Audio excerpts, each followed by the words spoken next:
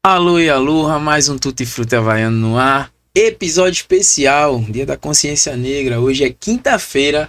Na verdade não é, né? A gente tá na segunda-feira, mas é quinta pra você que tá assistindo agora. É o Dia da Consciência Negra, dia 20 de novembro, né? E a gente vai conversar com um sócio aqui do podcast que já veio algumas vezes e vai estar sempre vindo aqui para nos esclarecer, né, a respeito de datas históricas e muitas outras coisas do mundo da história e da filosofia. Meu amigo Rafa, meu Boa irmão, noite, amigo. Boa dá noite. aí, né? Todo mundo já te conhece, mas dá mais um. Uma boa quinta-feira, segunda, né? Porque já contempla os 2 dias, não tem problema de errar na hora da... Acho que a gente gravou foi com o Braulio e ele preocupado com o dia, porque a gente tava gravando na sexta e o episódio ia sair na segunda. Ele falou, tem que dizer que é segunda. Eu disse, não, aqui, hoje é sexta e segunda. E fora que quando a pessoa for assistir é qualquer dia da vida, né? Exatamente. E pode assistir de novo. Fica pra sempre, o cara não vai nem... Professor Rafa, sem mais arrudez, né? A gente já é sócio, já não tem... Vamos lá, hoje é dia 20, Dia da Consciência Negra. Como é que o senhor abriria aqui, fazendo uma explanação sobre o tema? Eu diria que, na verdade, o dia 20 de novembro, né? Teve que se criar um marco, né? Tinha que se ter uma data para poder falar sobre o tema principal, né? O tema que norteia a data, a consciência negra. E a importância dessa data, ela vai muito mais além. Hoje, desde o ano passado, na verdade, finalzinho de 2023, dezembro de 2023, foi sancionada a lei que virou feriado nacional, né? Virou uma data para o feriado nacional. Mas é muito maior, né? Muito anterior a 2023, essa data emblemática do 20 de novembro. E o peso e a importância que essa data traz, maior ainda. Por quê? Quando a gente fala dessa expressão consciência negra, né, ela abre um leque de possibilidades, de discussões, de debates. Eu costumo dizer, às vezes você gravando um vídeo, a gente fala assim, a data tal é uma data para comemorar tal coisa. Eu não consigo pensar na data da consciência negra como uma data para comemorar apenas. Claro, se comemoram algumas conquistas, né, ao longo desses anos, né, de lutas e de resistência, porém, né, é uma data para refletir, é uma data para rever atitudes, é uma data para você rever conceitos, é uma data para você rever, por exemplo, posturas nossas enquanto sociedade, né? É uma data para relembrar e repensar fatos históricos que rodeiam essa, né, que permeiam essa data e o que é que ela simboliza. Para começar a falar que 20 de novembro foi uma data escolhida não por acaso, né? Ela marca a data da morte de Zumbi dos Palmares, né? Que é hoje no Brasil, dentro da história do Brasil, dessa questão da história da resistência, né? Da escravidão, dos negros escravizados, é uma data que vai marcar a captura e a morte de Zumbi, que foi uma liderança, né? Foi uma liderança. E aí houve um grupo durante um bom tempo que dizia, olha, vamos colocar a data da consciência negra no 13 de novembro, né? Desculpa, no 13 de março. Sim. De maio. Eita, quase que eu não acerto. O 13 de maio. Por quê? Porque vem a ideia da data do 13 de maio de 1888, que é a data da assinatura da Lei Áurea, que, entre aspas, colocava um fim na escravidão do Brasil. Você diz, gente, entre aspas, não acabou. Não. A verdade é essa, não acabou. Né? Se tivesse acabado, por exemplo, hoje você não teria o Ministério do Trabalho fazendo operações para desmontar locais onde existe trabalho análogo à escravidão. Então, existe, ou até mesmo o funcionário CLT, em alguns ambientes de trabalho, cujo tratamento do patrão ainda é um tratamento com requintes de um tratamento com base em crueldade que se falava, claro que não chega aos pés do que se fazia naquela época, era muito pior, obviamente, porém, a maneira de você olhar para o outro, por ser seu subalterno, é um sentimento de posse. E isso é um ranço, isso é uma herança ruim, né, uma herança negativa que nós herdamos culturalmente dentro da história. né? Então a gente diz, mas não tem mais escravidão, aquela escravidão. Tudo bem, beleza. Não tem. Mas a consciência cultural, ela ainda existe. De superioridade, de dominação. Né? Então isso é importante frisar. Está velado, ele está escondido. Né? Então, o 13 de maio, a Lei Áurea, quando ela é instituída, é uma lei que ela vai ser assinada para dar alforria, para dar liberdade aos escravos naquela época, porém, você não tinha internet na época, você não tinha a velocidade das informações. Então, na capital, no Rio de Janeiro, que era a capital do Brasil na época, essa notícia foi ótima.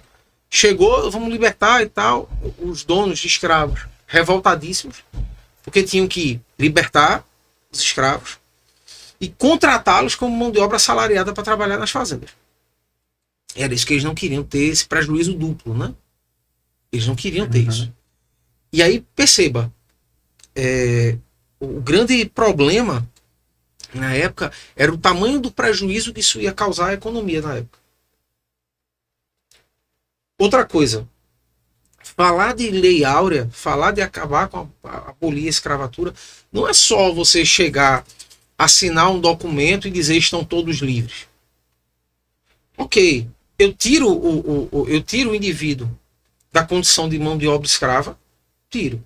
Documentalmente, tiro. Mas isso é uma etapa do processo.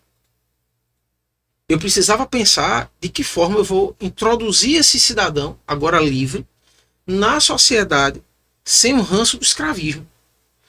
Para ele poder andar na rua e as pessoas olharem para ele e dizer, veja, ele não é mais escravo, ele é um homem livre. Ele tem que ser demorou, né? Muito. Ainda hoje você tem pessoas que olham como se a pessoa, por ser negra, ela fosse um...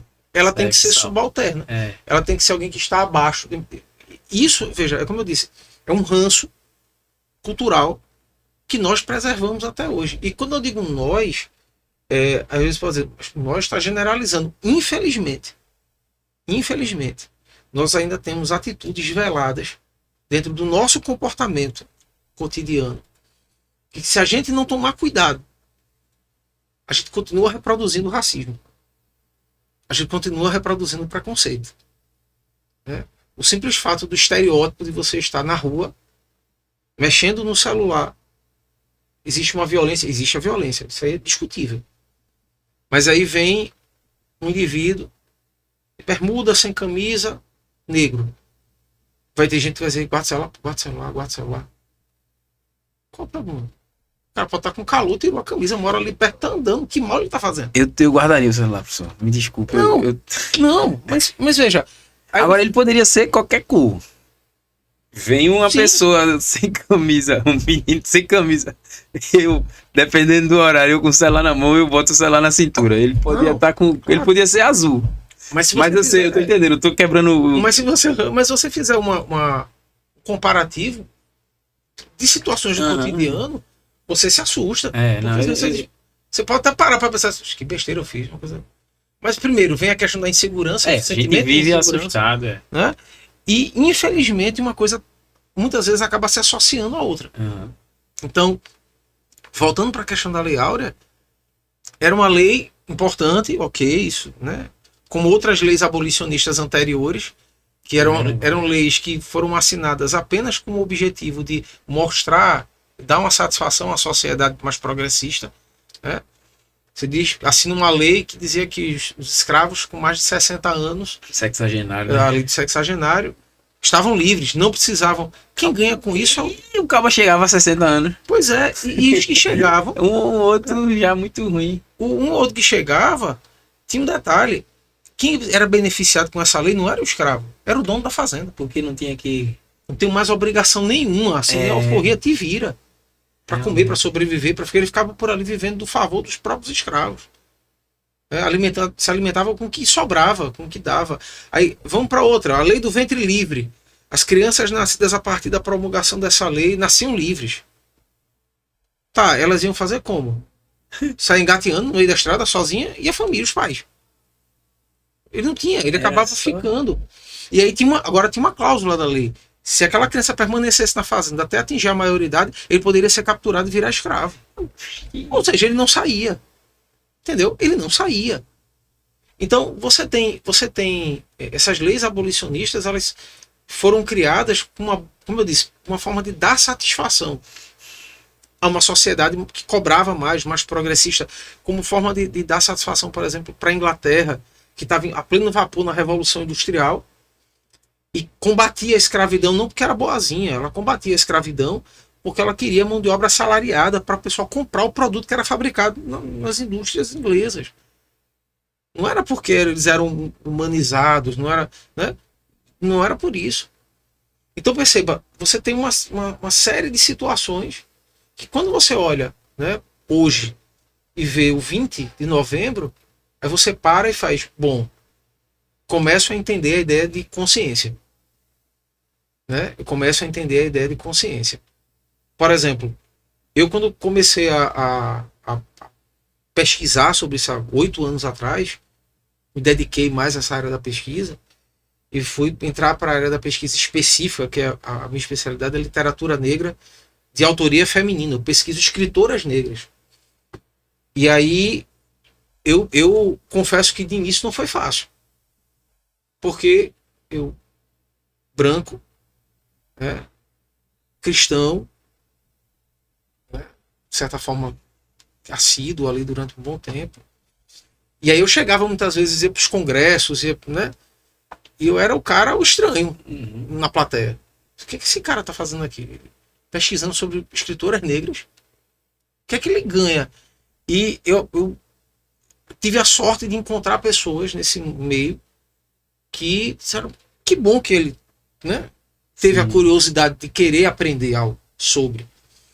Eu confesso que nesses 8 anos como pesquisador na área, eu aprendi muito. Aprendi a rever conceitos, falas minhas, que você aprende em casa, você aprende da sociedade, você aprende, né, do meio acadêmico, muitas vezes. Né, e em que são expressões que você não é para usar, não deve usar. Tu lembra facilmente de alguma? Ah, Eu tenho uma que eu uso, deixa eu logo me ferrar logo aqui. Eu tenho uns amigos que eu gosto muito, eu chamo de nego velho. Ô, meu nego velho. Fala, nego velho. quando você tem aquela questão da intimidade da próxima. Mas ele pode ser. Não é. Independente da cor. É nego velho. Agora eu não sei se tem alguns. Se tem essa. Não, né? Talvez não. Nesse caso, não. Ei, alô, negão, beleza? Eu sou chamado assim também no meio que eu convivo. Muita gente. E aí negão, vem cá, me dá um abraço e tal. Tem isso aí muito. Mas, por exemplo, expressões do tipo. Quando eu comecei na educação, eu ainda usava isso. Usava e depois eu comecei a. Pá, não. Eu ia reclamar com o menino, né? Época as meninas mais danadinhas às vezes. Vou lhe botar na minha lista negra, viu? Por que a lista tem que ser negra? Pra dar a ideia de que é algo ruim. É, eu já vi algumas explicações. É que nem a situação ficou preta, né? A coisa tá preta, viu? Mas podia ser uma outra cor, não. É, eu penso, eu posso estar errado também, e tá nesse sistema aí de estar culturalmente, né, falando algo. Na minha cabeça é porque quando tá tudo escuro é mais difícil. Se a gente apagar a luz aqui, eu não vejo pra sair daqui tudo escuro. Por isso que eu raciocino nessa. Eu não sei se quem criou o termo e se a origem do termo foi essa. Mas pra mim eu assimilo dessa forma, assim, né? Meu irmão ficou escuro. Pronto, Black Friday agora. Que é uma situação. Blackout. Né? Eu acho que vem daí, não tô defendendo não, sim. Vem muito da ideia da falta de luz. O blackout era quando cortava a energia, né? Ficava tudo escuro. Existe muita questão da ausência de luz, de clareza nas coisas. Mas também, infelizmente, em alguns casos, a condição, a situação, historicamente falando, era usada para pejorar, para poder fazer. Do criado mudo, o senhor também acha que. A ideia do criado mudo é totalmente inadequada. Agora, por quê? Hoje, o que a gente conhece por criado mudo é o móvel junto da cama, na cabeceira da cama. Só que durante o período colonial, quem ocupava aquele espaço do móvel era um escravo. O criado mudo era um escravo. Tem um estudo, estudo sobre isso. Sim. Era um escravo que ficava em pé, ao lado da cama. Ele não podia manifestar um ruído, nada, falar nada. E ele era o responsável por ficar ali a noite inteira, o dia inteiro, se precisasse, à disposição do seu senhor. Então, por exemplo, o senhor se deitava com a sua senhora, os compromissos conjugais e tal, e ele tinha que ficar caladinho assistindo tudo ali, sem dar um pio. O senhor fazia as necessidades, na época era muito comum o pinico embaixo da cama, né, para as fezes, para a urina e tal. Ele fazia, e o escravo tinha que estar a postos ali para tirar aquela sujeira e levar para limpar. Ajudar a troca de roupa, ajudar na... Ou seja, ele era um móvel vivo dentro do quarto. E que não podia expressar nada, não podia sentar, ele não podia expressar dor, ele não podia... senão ele ia pro castigo.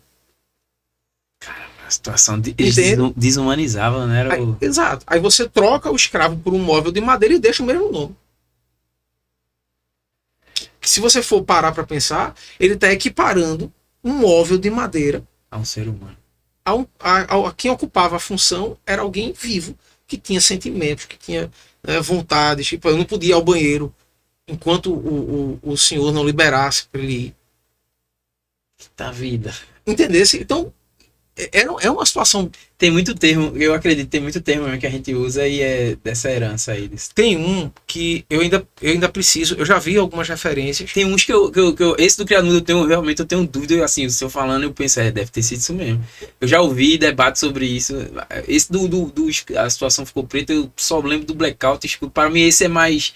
Tem alguns que eu digo, não, isso aí para mim faz sentido que isso venha de uma história mesmo, de uma herança histórica. Por exemplo, tem uma expressão que eu já li em alguns lugares, mas assim, eu confesso que eu ainda não me convenci. Mas tem a propriedade histórica é muito forte para ser diferente.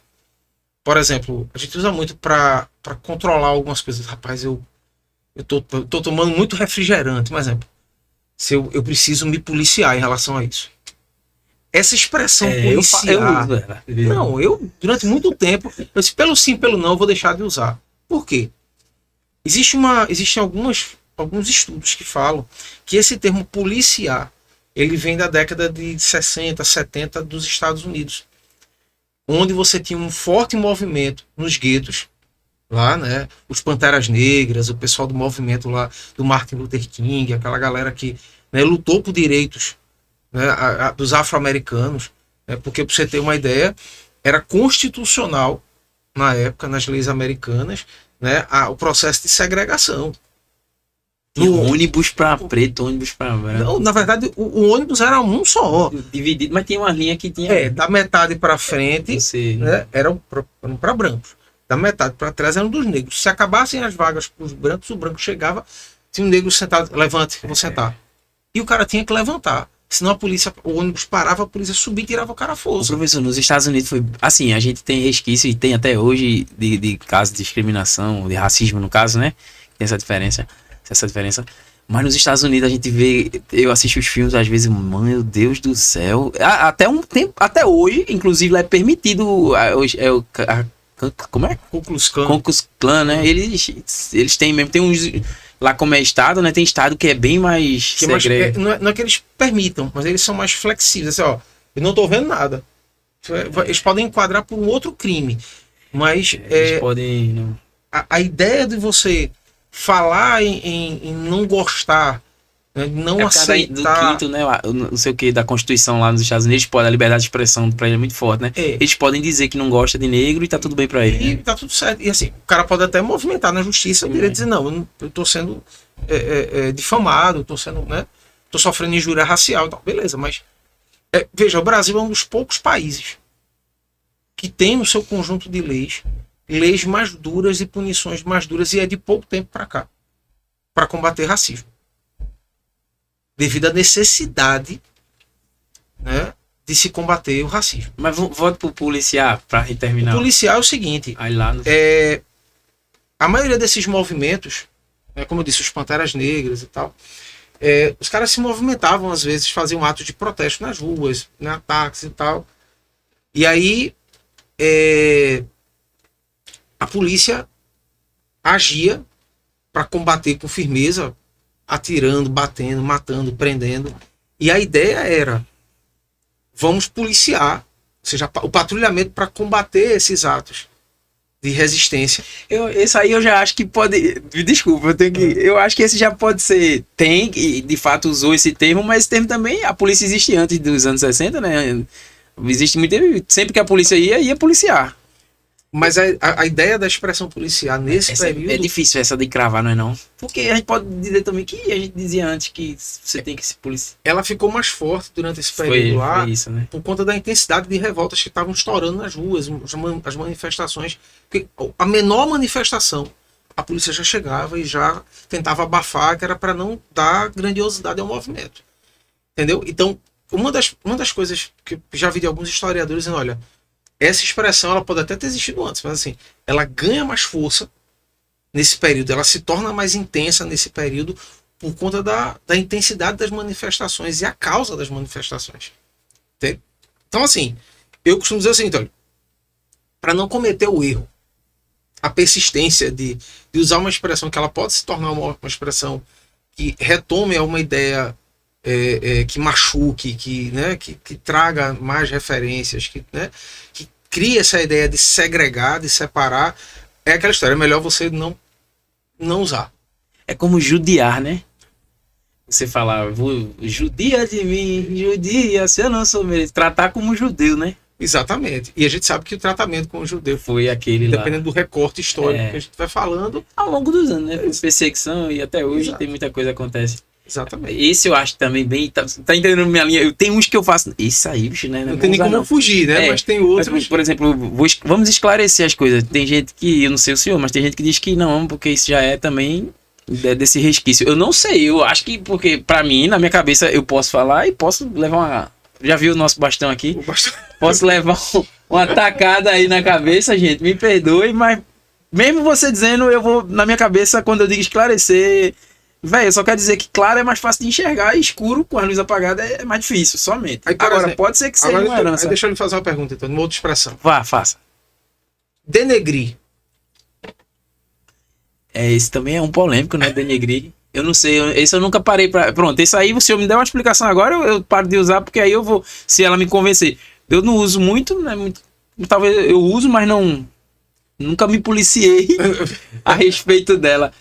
Como não esclarecer que já pesou o criado mudo, que eu fiquei, caramba, sério, faz sentido, já balançou comigo. Eu sou atento a essas coisas. Tem gente que diz, mas aí você cerceia a minha liberdade de expressar, porque eu travo o pensamento e de fato é muita coisa hoje pra gente entender, né? Gênero, com o tratamento com mulher, com a cor, com país, tal. Tem uma hora que a gente buga. Irmão, me perdoe se eu estiver falando com o negro, me desculpe, me ensine, que eu não sei como é que eu lhe trato. Se for com eu nem vou dizer o nome porque eu não sei, que aí alguém pode ficar com raiva. A opção sexual, eu não vou saber tratar, sabe? Se eu puder, eu pergunto. Não, claro. Me diga como é que eu faço, que eu tô aqui assim, eu quero, aí isso também dá um problema, porque a gente começa a travar assim, como é que eu penso pra falar? Porque a gente primeiro pensa, né? Só que o seu pensamento tá todo partido pra formular e olha, já eu se policiar pra não falar algo que... Se policiar pra não falar, se policiar. Pois é, e veja... O denegrir, eu quero saber do denegrir. A história do denegrir, se você parar pra analisar direitinho, a expressão denegrir aí, ela vem da seguinte situação, veja... Tornar a minha imagem... O denegrir, só pela etimologia, né? Pela negrir, denegrir, você já fica com o pé atrás. É como se eu dissesse assim, você vai estar se comportando tal qual uma pessoa negra. Esse aí faz sentido. E qual o comportamento de uma pessoa negra, então? É ruim? Entende? Porque quando você fala em denegrir, você está denegrindo a minha imagem, ou seja, você está tornando a minha imagem abaixo ou menor do que... Porque a expressão denegrir, ela é uma expressão que diminui a imagem do indivíduo. A função dela é dizer, você está ofendendo a minha imagem. Em outras palavras. Não, é porque eu tenho que perguntar, né? Você é professor. E eu sou o burral que tem que aprender. Eu já veio na minha mente duas coisas. Pô, tem um buraco negro. Eu tô sendo ofensivo? A ciência é ofensiva porque se tratou de negro, buraco? Não. Aí são outras questões, de fato. E por que essa questão não pode ser aplicada nessa situação do denegrir? Existe uma prova concreta, histórica, de que isso... historicamente... Ou isso é uma teoria? Pode ser que tenha vindo disso. Historicamente falando, essa expressão ela é usada em sociedades, em épocas da sociedade onde a escravidão, por exemplo, ela era permitida, ela era autorizada, inclusive, né? E essa expressão denegrir, ela sempre tinha um referencial onde o branco, a pessoa branca, dizia: olha, você está me comparando. Isso você consegue no estudo Sim. do que tem escrito na época, né? Isso você consegue. Porque, por exemplo, você vê isso, por exemplo, em matérias de jornal. Isso é. Onde muitas vezes o cara ia falar e ele ia falar sobre uma tratativa de um indivíduo e tal, que foi humilhado e que foi. Cuja a intenção era denegrir. Aí a pessoa. Né, ou enegrecer. Tinha até essa expressão. Aí você parava, é bem pesada essa aí. Entendeu? Aí vocês. Peraí, como assim? Se eu comparar a figura do cidadão, né, ou do indivíduo negro na sociedade, que não tinha valor social algum. Ele era uma peça, ele era uma mercadoria que era comercializada. Então o valor dele era meramente comercial. Ele não tinha valor humano, social, cidadão. Sim. Aí, ou seja... Por muitos anos era desumanizado, né? Sim. O negro, nessas épocas de escravidão, não era tido como um ser humano, né? Eles faziam de tudo pra... Eu vi algumas coisas sobre estudo que tinha gente que falava que era uma espécie, então, não um ser humano, era meio que de animal mesmo. Para você ter uma ideia, acho que 2 semanas atrás eu participei de um debate na escola, uma das escolas, junto com a professora de literatura, a professora Nalva, e na conversa ela trouxe uma coisa que eu achei arretado, ela trouxe uns recortes de jornais da época, Diário de Pernambuco, agora, assim, meados do século XIX, mais ou menos. E aí, a parte dos classificados do jornal. Muito interessante. Vendo crioulo, porte alto, tal, bem afeiçoado. Ou então vendo negrinha. A descrição era exatamente essa. Corpuda, charmosa, lava bem. Eles vendiam pelas características. E principalmente quando era uma escrava, eles faziam a questão da estética, do padrão estético. Por quê? Porque quem comprava a escrava ou o escravo era o dono da fazenda, não era a esposa dele. E às vezes o dono do comprador, ele comprava uma escrava jovem, por exemplo, bonita e não sei o quê, com várias, muito prendada e tal. Ele comprava para dizer assim: vou dar de presente à minha senhora, para ela trabalhar na casa grande e nos afazeres domésticos, né? A ideia era essa, teoricamente. E ela às vezes não dormia na senzala. Ela dormia num quartinho nos fundos da casa. Estrategicamente. Né? Para de madrugada o senhor ir lá e... Tinha muito caso, né? De filho Muito. E o pior não era só a questão dela engravidar do senhor. Ela tinha que manter a lei do silêncio, senão ela apanhava. Ela morria no tronco, apanhando. Era quando a senhora descobria, mas não podia descontar no marido. Aí, perseguir. A gente viu muito isso em novela, né?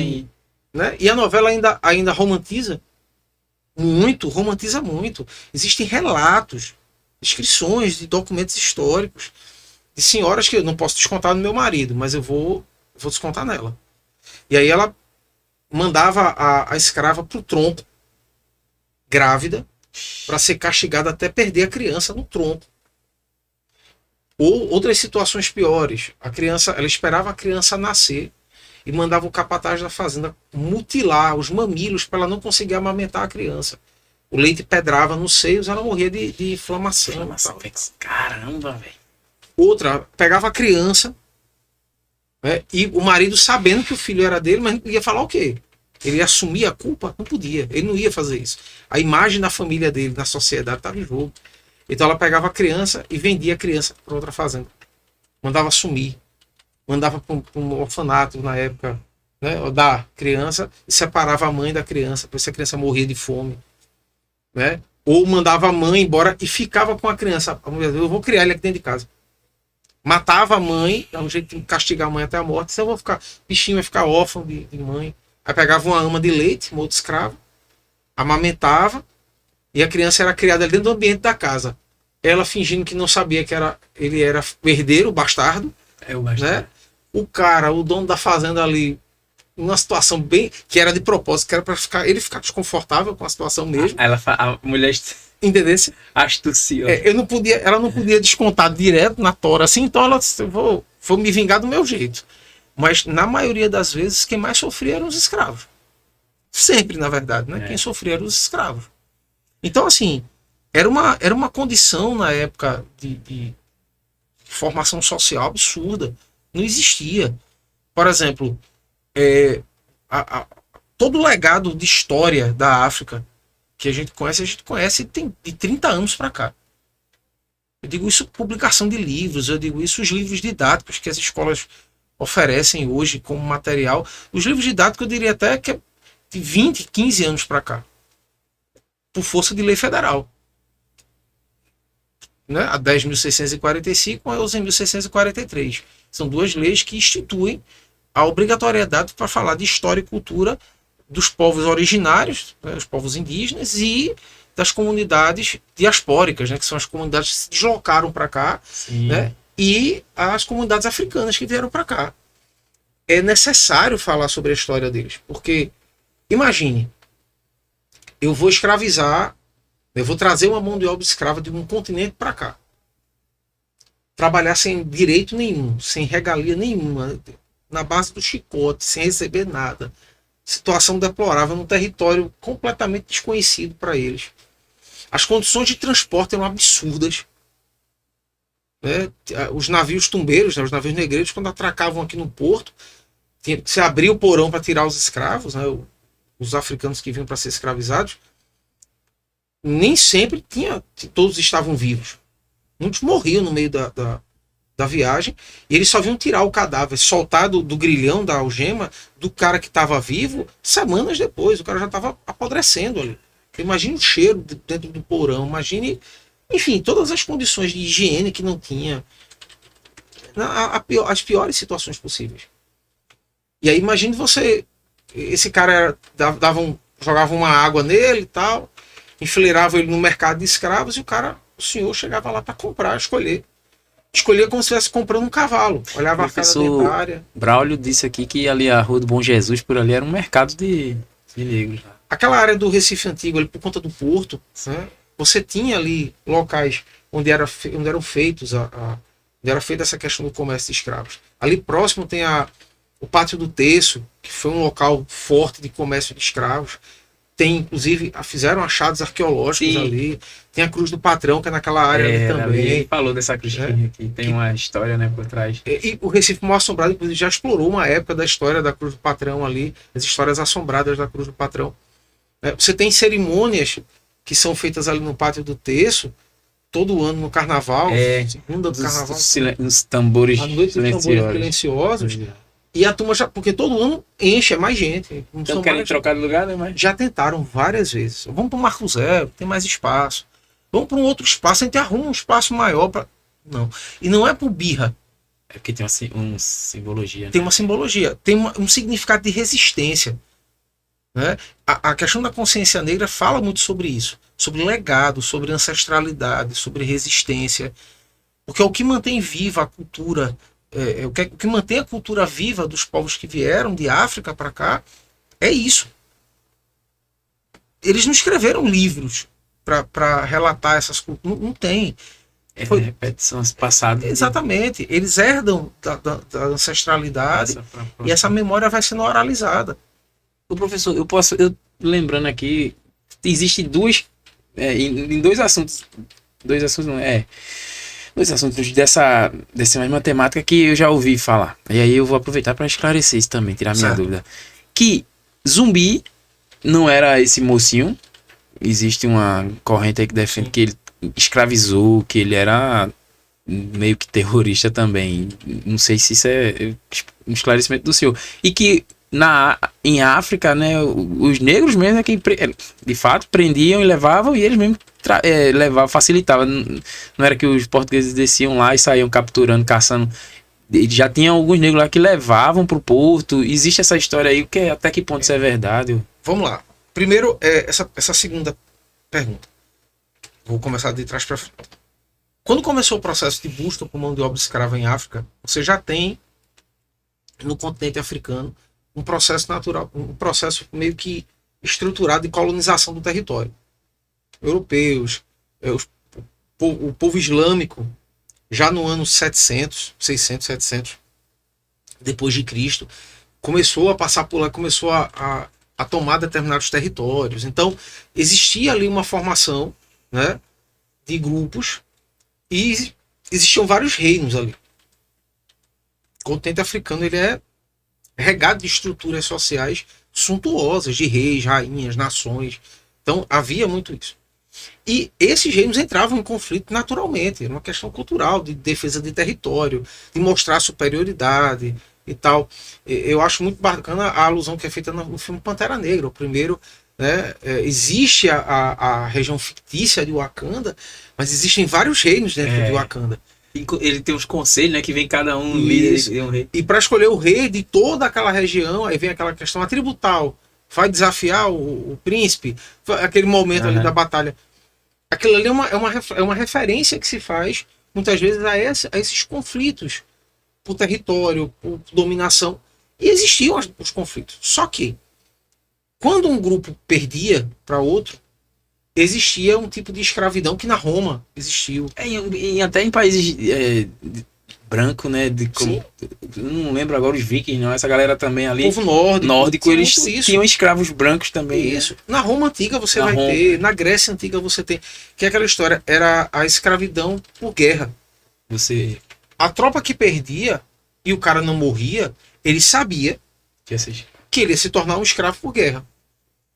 Então, o que ele ia ser depois, por exemplo, os gladiadores da Roma antiga eram capturados de guerra, que eram colocados para lutar nos coliseus e tal, e faturar dinheiro em apostas. E aí, assim, lá não é um pouco muito diferente disso. Então, você tem a formação, né, desses grupos, e aí, quando os europeus começam a chegar lá para colonizar as áreas, para tentar negociar a mão de obra escrava, eles vão ter primeiramente contato com essas realezas desses reinos mais fortes. E aí os caras são, a gente quer negociar. Os europeus, vamos negociar, eu tenho especiarias aqui.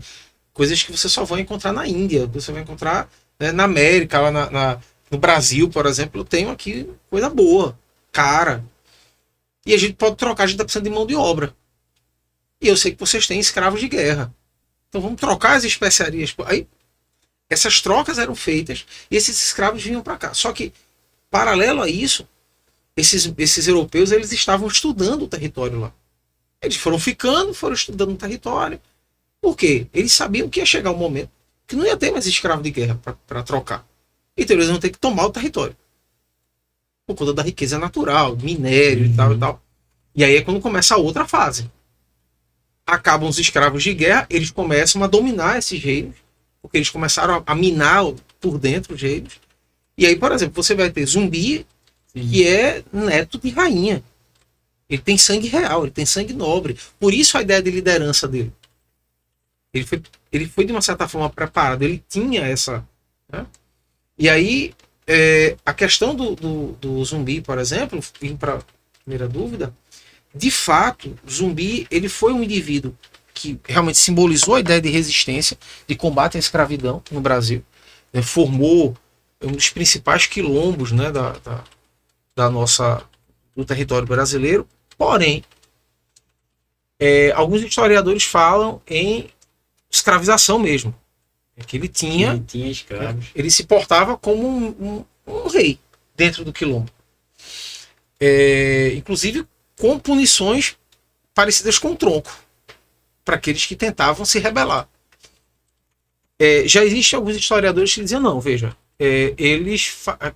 aqueles que conseguiam ser resgatados e iam para o quilombo, eles serviam a Zumbi como forma de gratidão porque ele ajudou os caras a fugir da senzala e conseguiu. Então virava meio que uma gratidão meio que forçada, uma coisa meio que, né, eu te trouxe para casa, né, você não vai me servir?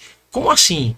Então, até hoje não se tem um consenso firme da postura dele. Que ele é pintado como uma figura heróica, sim. Né? Se a gente for avaliar do ponto de vista dos motins de resistência para destruir as senzalas, para fugir e levar os caras para um lugar mais tranquilo e tal, tudo bem. Mas que também existia um lado do toma lá da cá, tipo, eu te salvei, agora você me serve, é muito provável que isso também tenha existido. Até porque ele era essa figura de liderança, mas a gente não pode esquecer que para você conseguir manter a ordem dentro de um ambiente como esse, que era um ambiente de cativos, fugidos, que estavam tentando, né, se reorganizar dentro de uma sociedade que não gostava deles, que não aceitava como cidadãos. Então, ele tinha a faca e o queijo nas mãos. Ele dizia, não, vocês vão fugir, vai querer sair, vai querer ganhar a rua aí. Primeira andada que você der, tem cartaz procurando aí. Né? Tem um capataz, um capitão do mato, doido para capturar você, levar de volta para qualquer fazenda e ganhar uma recompensa em cima disso. Então, o zumbi acabava virando a única opção que esses escravos fugidos, né, das senzalas tinham para sobreviver. A palavra era essa, era sobreviver. Entendeu? E também é verdade isso que as favelas, né, esses morros foram tudo habitados porque depois que foram libertos, né, eles não tinham para onde correr e foram e tem essa conversa. Né? Assim, imagine que do século XVI até o século XIX existe um censo que foi feito que diz que aproximadamente cerca de 5 milhões de africanos foram trazidos para cá na condição de mão de obra escrava. Então tu imagina, né, ao longo de quase 3 séculos mais ou menos, você ter uma população aproximada de quase 5 milhões de pessoas saindo de um continente para outro de forma degradante, sendo tratada de forma subhumana, se é que a gente pode chamar dessa forma, até pior, sendo colocados em situações diversas, porque até os escravos que eram mais bem preparados na visão dos europeus, na visão dos colonos, porque sabia tocar piano, porque sabia fazer contabilidade, que eles achavam que o povo era ignorante, né? E aí aqueles que se saíam um pouco melhor, nós vamos colocar no cargo de confiança, mas você continua escravo, viu? Não se esqueça da sua posição, você é escravo, né? E raramente ele ganhava uma carta de alforria por bons serviços prestados, porque o senhor era bonzinho. Não existia isso. Claro, um caso ou outro, mas a gente não, volta a dizer, a gente não pode romantizar isso. Né? Achar que isso era uma prática que não era. Que não era. Isso inclui as camadas quase que todas da sociedade. A própria igreja tinha escravos.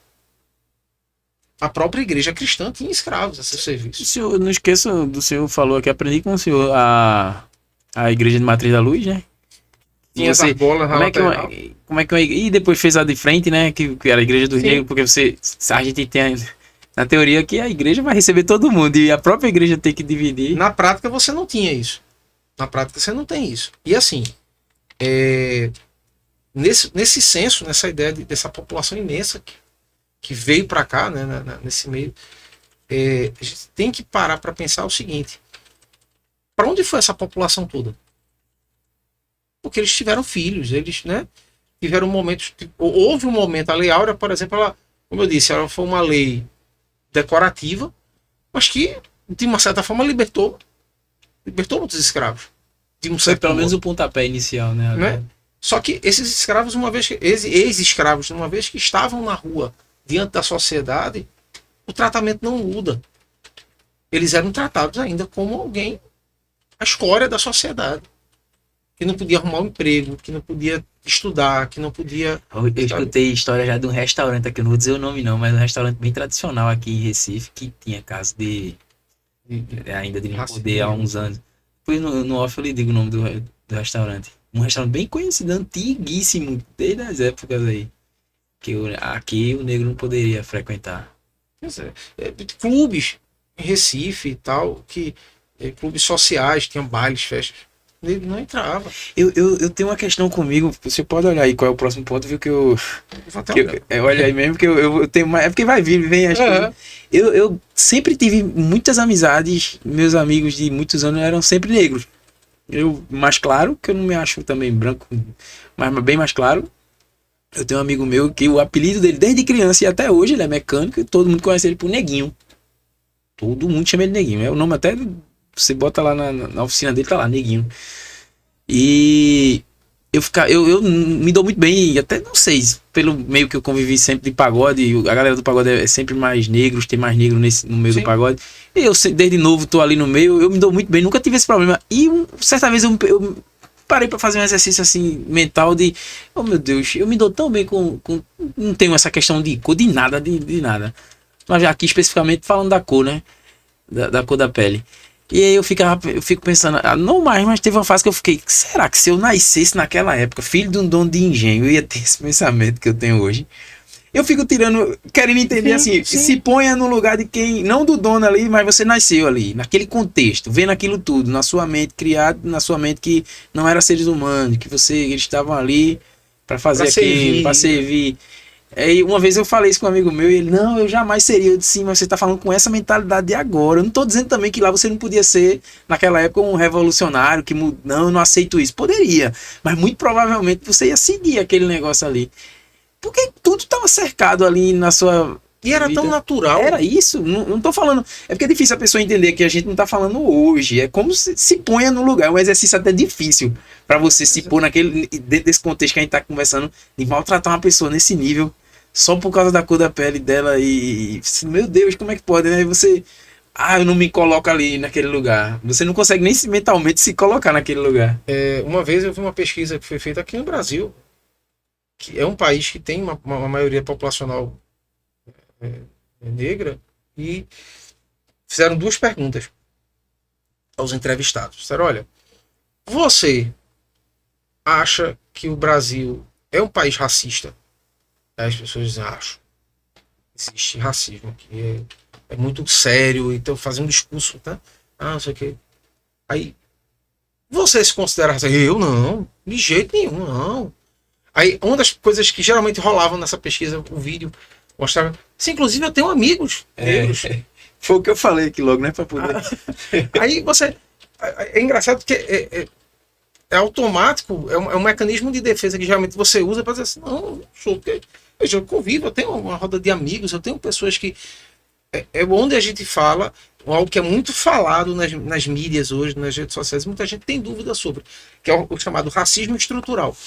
O famoso racismo estrutural. Isso é complicado. Isso dá 2 episódios e meio. O racismo estrutural nada mais é, de uma forma bem resumida, você entende que racismo é crime, você entende que é algo negativo, você sabe que faz mal, que agride, que ofende, que traz um repertório histórico pesado, danoso, prejudicial, que acabou com a possibilidade de milhões de pessoas de terem direitos iguais dentro de um campo da sociedade, de busca de conhecimento, de busca de questões de oportunidades de trabalho e tal, pura e simplesmente por conta da cor da pele.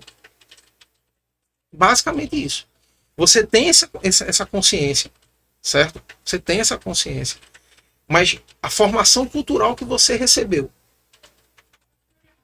te fez criar ali nas entrelinhas atitudes e comportamentos que você nem percebe, mas você comete racismo.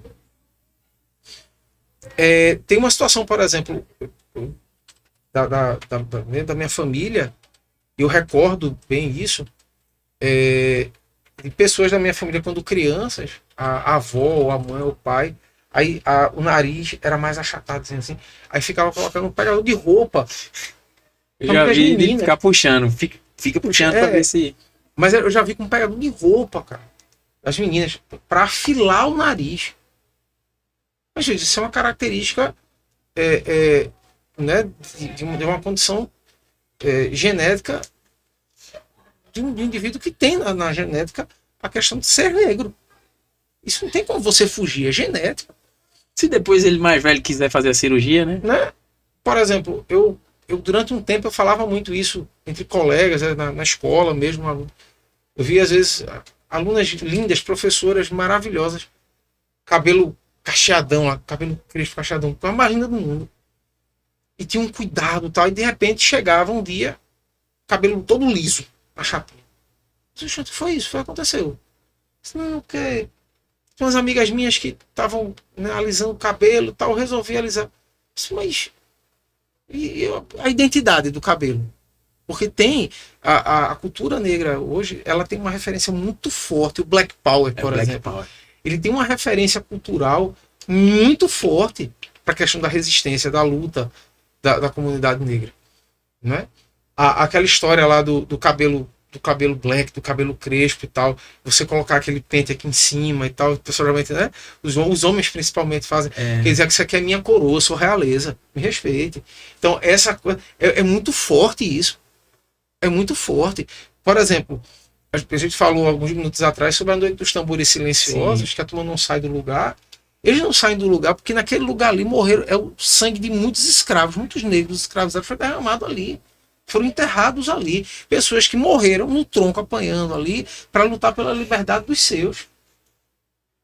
Então tem uma memória muito densa ali, presente. E eles acreditam muito nessa questão da ancestralidade espiritual. Aí entra a questão da religiosidade, de matriz africana, por exemplo. Que essa eu, de fato, acredito mais ainda. Existe, não diria nem velado, existe pelo menos um preconceito, né, um conceito antecipado, né, de quem tem a escolha religiosa, quem vive na religião matriz africana. Porque daí não é só o negro, né? Não, né? Mas aí eu acredito, é uma religião que vem, né, assim, da cultura negra, né, africana, sim, e tem brancos e tal, e outras cores e outras etnias. Mas o preconceito eu acho que é bem mais explícito, eu acho esse. E esse preconceito, ele vem exatamente desse período da colonização. Porque você tinha uma igreja cristã que dominava, que ganhava e lucrava com o processo de expansão territorial. Botavam dinheiro, e muito dinheiro no processo. Tinha até um episódio para fazer aqui com um rapaz a página dele é Macumba Ordinária, ele é da Macumba e a gente marcou, combinou, mas não deu certo. Eu tô com vontade, porque eu tenho muita pergunta para fazer a ele. Não, mas e é interessante entender como é. E é interessante você trazer, às vezes, alguém que tenha entenda, que tenha essa visão, uma visão científica da coisa. Que tá lá. Entendesse? Porque, assim, uma coisa é você trazer alguém que vamos levar um sacerdote, ou alguém que é um filho de santo, uma filha de santo, que vem com o contexto da fé, só da fé. É complicado, porque obviamente ele vai tendenciar a defender a religião dele. Eu acho interessantíssimo, porque você tem... vamos teorizar aqui. Eu só tô conjecturando. Você tem trabalhos pro mal e pro bem em algumas, não sei como se chama, alguns segmentos da religião africana. Sei que tem a Kibanda, a Umbanda, e tem uma diferença. Um é mais, vai para um lado mais pesado, e a outra é mais, tem essa, eu não sei, eu sou burro demais para estar falando disso, eu só tô dizendo que, isso eu sei porque eu já vi alguns da própria religião falando, não, tem um lado que a gente não mexe, tem uns que não vão pro outro lado, né?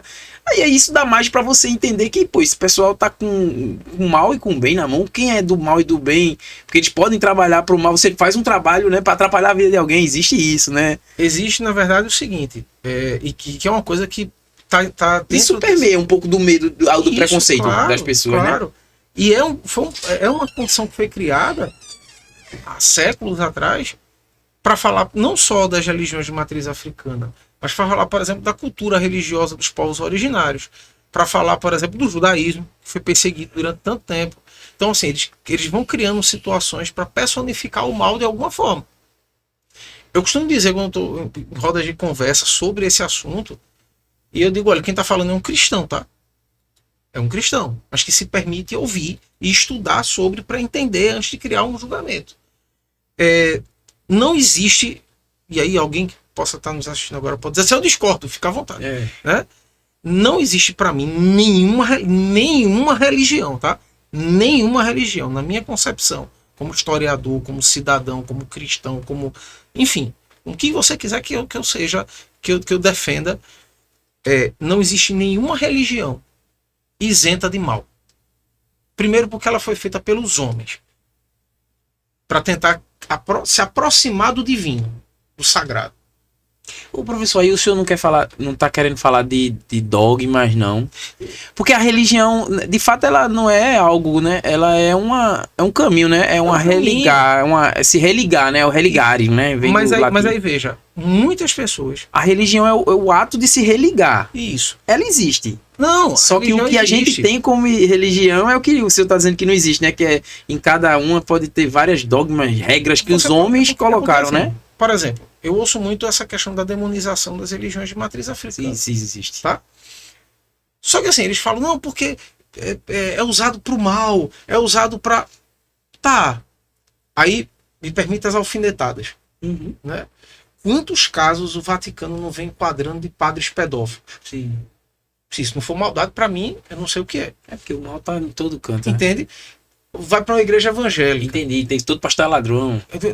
É aquela história, tem um cara que se auto-beneficia às custas do sofrimento de alguém. Todo lugar vai ter, né? Entendesse? Você teve aquele caso lá do João de Deus, né? Sim, que fazia cirurgias espirituais e abusava. Né? Você tem... Então, assim, é como eu disse, é feito por seres humanos que são falhos. Então, assim, nas religiões de matriz africana existe muito aquela questão de... Não é que exista o bem e o mal, mas você tem o livre-arbítrio para querer algo. Você tem algo que você quer, beleza. E você pode pedir. Se as divindades, né, os orixás, vão atender você ou não, é outra história. Se você vai ser atendido ou não, é outra coisa. Agora veja, existe a lei do retorno. Em tudo na vida. Parece que tem alguma coisa esse dia eu vi, tem uma cobrança, né? Você pode desejar o mal, mas vai ter uma cobrança pra você. Por exemplo, eu posso chegar... Eu tenho que conversar com o Renato, o nome dele, velho. Você chega, por exemplo, vai pra uma cerimônia no terreiro e tal, e você tá lá e faz os pedidos, você pode pedir pela saúde de alguém. Tá doente, eu queria muito que, se for possível... É a mesma coisa de você subir o Morro da Conceição e pedir a Nossa Senhora, eu queria muito pela cura do filho, de uma filha, do marido, da esposa. E veja, vai da sua fé, se você acredita que aquilo é possível. E aí, o que vai vir depois, né, assim como quase tudo que acontece na nossa vida, é física, não é nem religião, é física, ação e reação. O que você vai ter retorno. Né? É feito o bastão aqui, dando na cabeça de alguém, vai doer, bicho. Entende? Então, assim, não tem como você fugir disso, é uma lei natural da humanidade. Né? Então, assim, independente da religião que você escolha seguir, independente do que você acredite ou defenda. Então, só que é muito mais fácil você manipular uma massa social que teme, por exemplo, aquela personificação do inferno, do mal, do demônio, né? Que qualquer coisa você vai ser condenado. Isso é cultural, vem de séculos, sendo nutrido de geração em geração ali. Imagine. Se você fizer isso, você está em pecado, cuidado, tudo bem. E se existe o pecado, você crê que ele, né, que você comete pecado, está tudo certo. Continue com a sua fé. Agora, o que eu acredito que não dê direito ao indivíduo é, por exemplo, entrar num terreiro. Sim, imagina. Ou entrar num centro espírita kardecista, por exemplo. Uma igreja católica e quebrar as imagens e tocar fogo no ambiente. Isso não. Inclusive, o nosso Estado, constitucionalmente, é um Estado laico. Está na Constituição. Não é que alguém inventou. É lei federal. Tem que ser cumprido. Não tem o que discutir. E isso é um problema porque isso sai muitas vezes da esfera religiosa e vai para a esfera social. Por exemplo, como eu disse no início da nossa conversa aqui, existem 2 leis federais hoje que obrigam as escolas, porque antes não era permitido, não era nem se tocar no assunto, não podia. Nas escolas e nas faculdades hoje é obrigatório o ensino de história e cultura dos povos originários e africanos e diaspóricos. Ponto. E que ainda é uma coisa muito superficial, porque agora que a gente está conseguindo trazer material para poder explicar algumas coisas, para desmistificar algumas coisas, na verdade. Né? E isso que o senhor acabou de falar, de certa forma, explica o porquê da importância de se ter uma consciência, né? Exatamente. Por exemplo, uma coisa que eu dou muito valor e defendo há anos é a questão da ideia do letramento racial nas escolas. Defendo isso, não é só porque eu sou pesquisador na área de literatura. O que é o letramento racial? Pegão médio, o que é o letramento? O que é o letramento racial? É um aparelho conceitual que vai te mostrar algumas situações. Por exemplo, ele vai te ensinar a ter consciência, né? Consciência de difundir, né? De poder reconhecer e valorizar a questão da tua origem, enquanto cor da pele, enquanto o tipo de cabelo que você tem, ou a maneira como você se porta, o que você aprendeu com seus antepassados. Então, é você poder, por exemplo, ter a criticidade de analisar o que é posto pela sociedade e saber separar o que é que realmente é válido, né, e o que é que já está ali imaginando aquela questão do preconceito, do racismo estrutural que vem há séculos. Né? Quando a gente fala, por exemplo, fala de letramento racial, é você permitir que o indivíduo ele tenha acesso a conhecimento antes de criar o julgamento. E dizer, olha, a consciência de classe, por exemplo, é uma outra característica. Né? Você precisa entender onde você está inserido no processo social. Né? E quem está ao seu redor. Onde está para ter aquela mentalidade. Muitas vezes você tem uma consciência de classe e saber que há um processo de igualdade, não só racial, mas social, econômico, que é possível existir esse processo de convivência, de igualdade na sociedade, de acesso a direitos básicos para todos, independente de onde venha, da cor da pele, né, da religião, né, e olhar para um outro indivíduo nessa mesma sociedade que olha de forma superior e diz, não, tá errado. O lugar de fulano é ali mesmo, na escória. Na marginalidade. Né? Porque ele é de uma religião de matriz africana. Ah, porque ele mora na periferia. Oi. Né? Por exemplo, se você fizer um levantamento hoje, um censo hoje, que já existe esse censo, os censos que o IBGE faz mostram isso claramente. Grande parte da população negra, ela ainda se concentra de forma bem volumosa nas regiões periféricas. Nas regiões periféricas. Que são regiões onde o Estado muitas vezes não chega. Não chega. É onde você não tem saneamento básico de qualidade, é onde você não tem uma educação pública acessível de qualidade, onde você não tem práticas sociais, esportivas e culturais de qualidade. E aquele grupo ali vai se estruturando dentro daquele caos ali, vai tentando sobreviver. Aí muitas vezes é onde entra, onde o Estado não consegue, ou onde o Estado não quer, muitas vezes, estar, porque demanda trabalho e tal. Aí outras instituições não tão bem-vindas vão tomar conta. Aí quem vira o herói da história? E aí, pessoas, mas aí o pessoal se associou ao tráfico. Entenda, eu não estou defendendo o traficante, não, pelo amor de Deus. Não é isso. Mas vai ser a força de amparo daquela comunidade onde o Estado não chegou porque não quis, porque não deu tempo, porque não pôde, porque não dá voto. Faltou remédio no posto de saúde. O cara tem uma mãe idosa passando por problema sério, precisa do remédio. Não consegue, não tem dinheiro para pagar numa farmácia porque é caro. O SUS nunca entrega no postinho lá. Aí ele recorre ao traficante. Pelo amor de Deus, me ajuda, tá faltando comida, o remédio da minha mãe acabou. O traficante vai buscar 4 caixas do remédio, compra 2 cestas básicas, bota na porta dele lá. Quem você acha que de verdade, com a mãe doente, com o filho doente, sem quem dúvida. Você acha que ele vai dizer muito obrigado? Sem dúvida. O cara vai dizer muito obrigado, não. Eu vou cobrar um dia de você. Vou cobrar. Se não for de você, vai ser do seu filho. Vai ser de alguém. O menino é muito inteligente, tá na escola pública, tal, que a estrutura da escola é precária e tal, a merenda é ruim, não tem merenda, não tem aula. O menino é muito inteligente. Rapaz, esse menino é bom, rapaz. Eu vou pagar uma escola boa para ele. Uma bolsa. Ele vai terminar. Quer fazer para aquele menino? Quero ser médico, quero ser advogado. Vai ser. Você vai ser. E quando ele for advogado, delegado, médico, o que for. Vai trabalhar. Lembra quem pagou o teu estudo? Quem enxergou em você o potencial. Agora eu preciso da sua ajuda. Agora eu preciso da lei do retorno. É assim mesmo. Entendeu?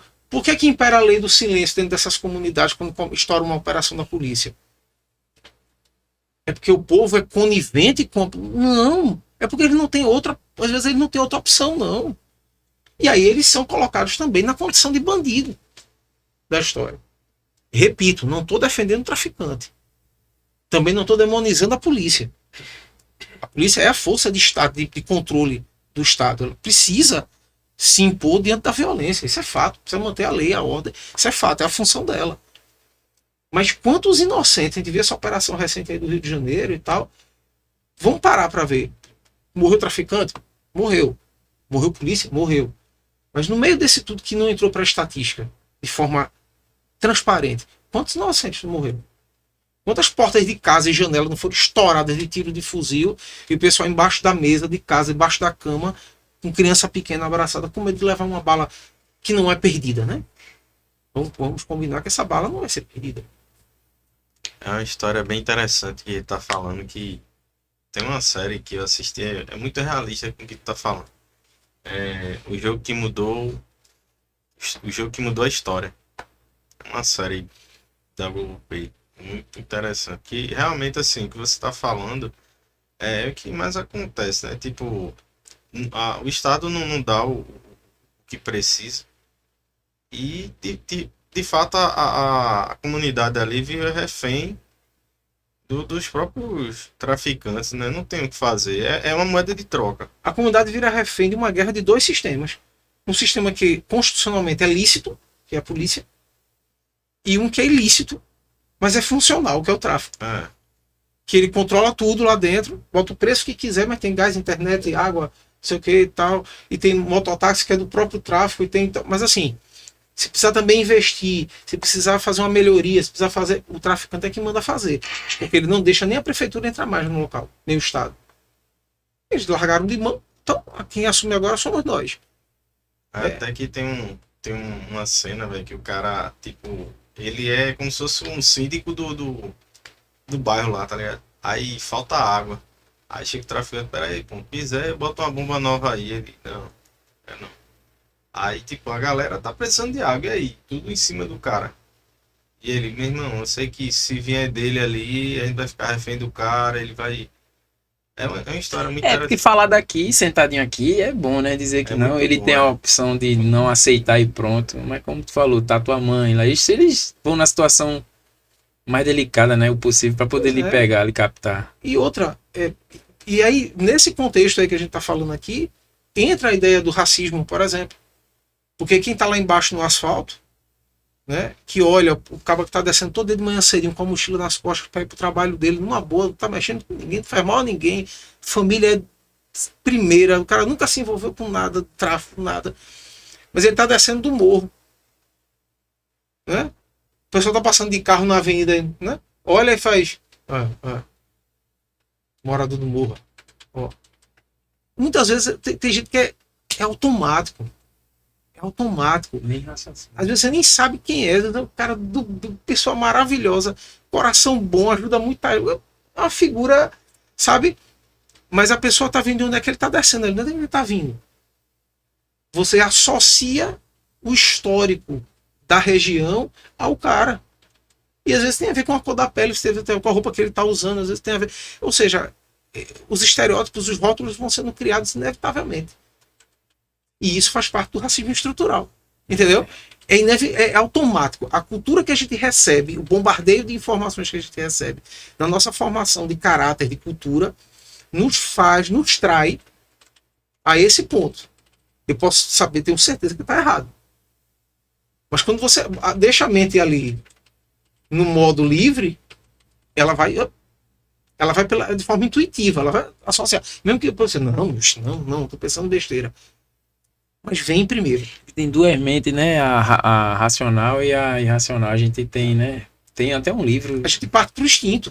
Primeira Tem, coisa, tem você um, olha. eu esqueci, daqui a pouco. É Rápido e Lento. É um livro, eu tenho esse livro, ele é bem interessante. Fala sobre como a gente formula um pensamento. E, por exemplo, se eu lhe perguntar quanto é 1 mais 1, o senhor tem a resposta.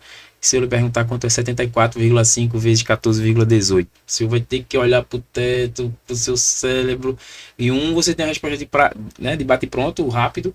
E eu acho que aí o rápido ele tá na gente, tá programado. A gente A questão conceitual, o ela cálculo tá. rápido de tudo que a gente vê na notícia, no que a gente tem de histórico na mente da gente, né? A questão conceitual, ela já tá ali impregnada na sua mente. Você foi formado. De certa forma, isso não fica meio que num ciclo, não. Enquanto a sociedade não mudar geral, a gente fica também tendo essa resposta. Porque sim, é um negócio que vai se retroalimentando. Eu costumo dizer o seguinte, que o grande desafio de um 20 de novembro como dos outros 364 dias do ano, né? Não é você refletir no dia 20 de novembro sobre consciência negra.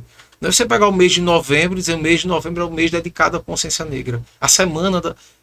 Você pode trabalhar o ano inteiro. Enquanto você não sair daquela zona de conforto, do que foi ensinado a você de forma direta ou indireta, né, por debaixo nas entrelinhas ali, enquanto você não se libertar disso, e dá muito trabalho, dá muito, por mais consciência crítica que você tenha, por mais consciência de classe que você tenha, não é algo comum. Porque mesmo que você mude a sua postura, como eu disse, eu estou há 8 anos numa pesquisa sobre literatura negra feminina e eu mudei muita coisa do conceito, desde conceito sobre machismo, sobre ser homem, né, o conceito do ser homem. Não é. Essa pergunta ela é carregada de muita coisa, de uma carga cultural. Eu tenho um filho adolescente, 16 anos, e para ele hoje, muitas vezes sento com ele para dizer, não, ele está namorando e tal, não, porque é questão de ser homem, então senta aqui. O que é ser homem para você? É pegar geral? Lembre-se que você tem primas. Se fosse com as suas primas, o cara ia poder pegar geral? Não, não é para isso. E por quê? Qual direito que você acha que pode ter? Não que ele externalize isso, ainda bem. Mas qual o direito que um dia você, qualquer outro cara da tua idade, acha que tem de sair pegando geral? Isso é uma coisa séria. Eu tava conversando esses dias que eu tento com meu filho dizer a ele tem 7 anos só. Mas eu digo, pai, seja um homem, cuide da sua mãe, ajude sua avó, trate bem. Porque eu lembro muito de ter ouvido. Teve uma época de uma novela que dizia: prenda suas cabritas que meu. Eu não sei. Tá solto. Bota, sei lá, né? Meu cabrito tá solto. Eu sei que tinha uma novela que falava, o cara falava isso, não sei se era Bruno Mezenga, era uma novela. E eu ouvia isso, e a gente ouvia isso, e aí é meu filho, e tem que pegar mesmo e tal. E eu vou lhe dizer aqui, não querendo pagar de santinho, mas eu queria não ter aprendido assim. Sim. Porque você se forma com essa. Até você, aos trancos e barrancos, entendendo que esse é o pior caminho. O caminho de você não ter uma pessoa só e tentar seguir uma vida com ela, de não se apegar a ninguém, porque você acha que fica meio que lá no seu subterrâneo, que você tem que estar aqui e ali mesmo, é normal, é natural, você tem que, é bonito pro seu ciclo de amigo ali, o cara que pega mais, né? Você tem que, aquela coisa, para provar que eu sou homem dentro de uma sociedade altamente masculinizada, eu preciso provar que eu consigo pegar uma quantidade imensa de mulheres e tá tudo bem, eu dou conta, sabe? Por exemplo, lavar uma louça em casa é mesmo que matar. Eu lembro disso aí. Eu vi muitas vezes até em casa, minha mãe não gostava, eu e meu irmão lavando prato. Em casa, eu chego em casa, hoje na minha residência, com a minha esposa, com a minha família, prato, banheiro, varre casa, não sei o que, eu digo, nunca caiu pedaço nenhum, tô vivo, me sinto super bem, e eu não vejo problema nenhum em dividir tarefas. É dividir responsabilidade de um espaço que é teu, caramba. Você tá ali igual e assim, ela também tem direito a descansar, a passear, a se divertir, sabe? A ter uma vida tranquila, a ser servida também. Não só de servir. Sabe? Eu acho que as relações elas precisam ter mais esse esclarecimento. E isso é uma coisa, por exemplo, que quando a gente começa a estudar, quando a gente fala sobre a ideia de racismo, isso também está atrelado, por incrível que pareça. Que é exatamente essa questão de você se permitir abrir mais a mente para entender que algumas coisas precisam ser equilibradas dentro do contexto social. Senão você não consegue destravar outras. Você não consegue destravar outras. Por exemplo, quando você tem, ainda hoje, você vai contratar um profissional de uma determinada área que vai assumir um cargo de um patamar mais elevado, e existem empresas que não contratam porque é mulher. Tu quer ver pior? Porque é mulher negra. E o currículo às vezes é espetacular. Mas porque é negra e negra. Mas é porque ela é mulher, né, e é negra. E sim, qual o problema? O que é que diminui? Diminui em que isso no potencial dela? Dê uma olhadinha no histórico dela, currículo dela. na maneira como ela se expressa, na tomada de decisões. Vamos para o que realmente importa. Se para o que ela está se propondo a assumir, ela é realmente competente no que faz, é isso que está em jogo ali.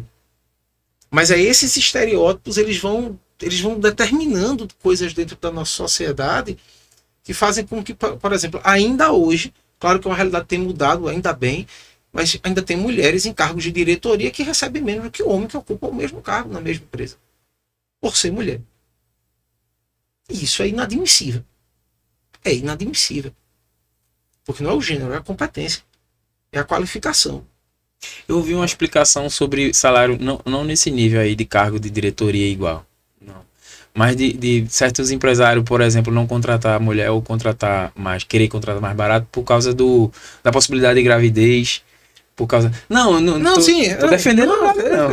Eu tô tentando trazer né, um ponto que existe. Eu já ouvi isso, que aí existe. A mulher engravidar, ela vai ter a empresa não pode demitir, mesmo que ela não esteja produzindo. E na visão do empregador, realmente existe uma possibilidade aí de diminuir, de não se pagar. Porque ninguém contrata porque é bonzinho.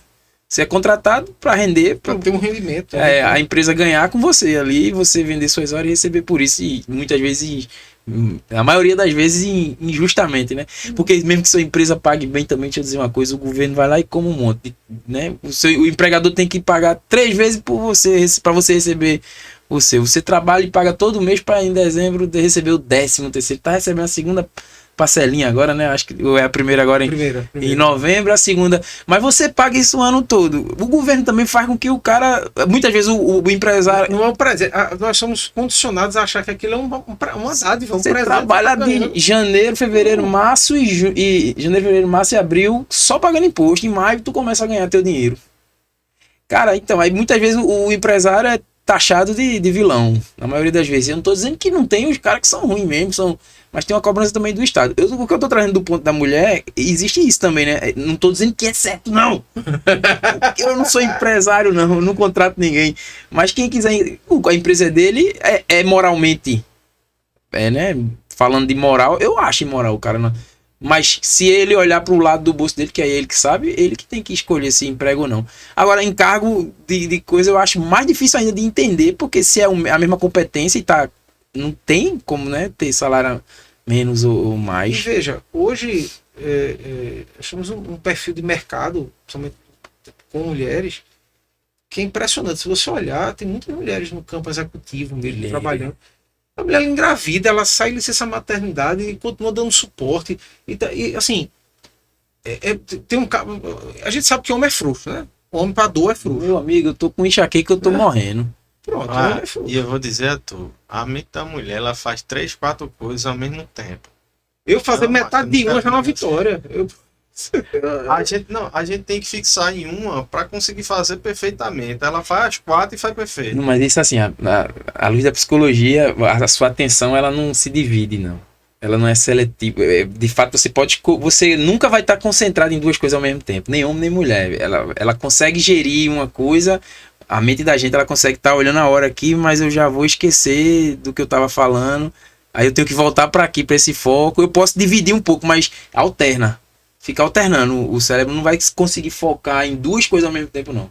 Não tem, isso aí é uma... Agora ela consegue administrar melhor situações de vários... A mulher, sem dúvida, consegue. Então, como eu tô falando. Vários frontos, mas não divide a atenção, não. Ela não consegue focar em mais de uma coisa ao mesmo tempo. Ela não. chega, por exemplo... Agora ela parece que tem 10 irmãos, por exemplo. Ela olha uma mulher você... com um filho no braço... A gente não sabe, eu não sei nem pegar um bebê no braço. A mulher tá com o menino aqui tomando leite, mexendo na panela, e o outro ajeitando no pé. Realmente ela dando bronca na gente. Eu já fiz essa coisa que eu te pedi. Isso é aptidão. Isso é uma aptidão que a mulher tem, como é espacial. Isso aí já é mais da inteligência, né? Porque o homem tem mais a noção de espaço. Você vai ver, o homem consegue estacionar. Não é que a mulher, é de como é formado. E eu volto para aquela questão da formação cultural. Nós, os homens, somos formados dentro de uma condição cultural limitada. É a condição do mandado, prover, né? E ali, naquele patamar, naquele pedestal ali, o cara sai delegando, faça isso, faça aquilo. Vai fazer? O bicho pega. Né? Nós somos educados a sermos o pilar que sustenta a casa. né? As Isso traz um lado pontas. ruim também, Claro, né? Existe um peso Que às terrível vezes nas costas. a gente sente também. Sente. Mas, veja, O homem não pode estar reclamando, tem que dar um jeito. Eu sou o homem. o se permitir alternar muitas vezes e dividir as tarefas. E Isso já vai facilitar. Com que entender? você- Você equilibra o peso nas costas de duas pessoas. Vai ficar bom para os dois. Né? Ou vai ficar ruim para os dois, mas vai compartilhar o aperreio. Isso é importante. Né? E você vai começar a ter uma noção, por exemplo, é aquela questão da empatia na prática. Você vai perceber o que o outro passa no dia a dia e vice-versa. É, E vai dizer, eu achando que era fácil, aí, ó. é. Né? Tu falou uma coisa agora que eu me lembrei. Realmente, quando eu ajeitar a casa, meu irmão, eu moro só. E é bagunçado. Eu não sou um cara muito organizado. E quando eu paro, tem que organizar, né? Vamos ajeitar. Mano, um dia de domingo, assim, você fazendo uma faxina em casa, máscara, a mulher sofre, bicho. E uma coisa que pra ela é corriqueira, né? E aí você acha que não é nada. A Se ela velocidade. passasse o dia todo em casa, você passa um dia em casa arrumando uma casa pra tu ver que Eu digo a minha bronca é. esposa, às vezes, ela, no final de semana, uma manhã, ela tá um grau assim no apartamento, nossa, que apartamento, mas são 51 metros Vai quadrados, dar já trabalho. dá trabalho. E é cachorro, não sei o quê. E ela, uma manhã, ela termina. Eu acho que os dois completam muito bem, o homem e a mulher. Não tem que. Cada um vai estar em uma área bem. E se puder tanto o homem se permitir, né? Entender o mundo da mulher e a mulher entender o mundo do homem, você vai se casar, né? Eu, um dia de férias, eu resolvi fazer a faxina. Ela separou, deixa eu. A faxina é comigo. 20 minutos pra. Ela chegou 8 horas da noite em casa, ela olha pra mim, ela faz. Foi o que aconteceu? Tá bem? Morto. Eu não sei, eu tô existindo. A matéria está, agora o espírito eu não sei se tá aqui ainda, não.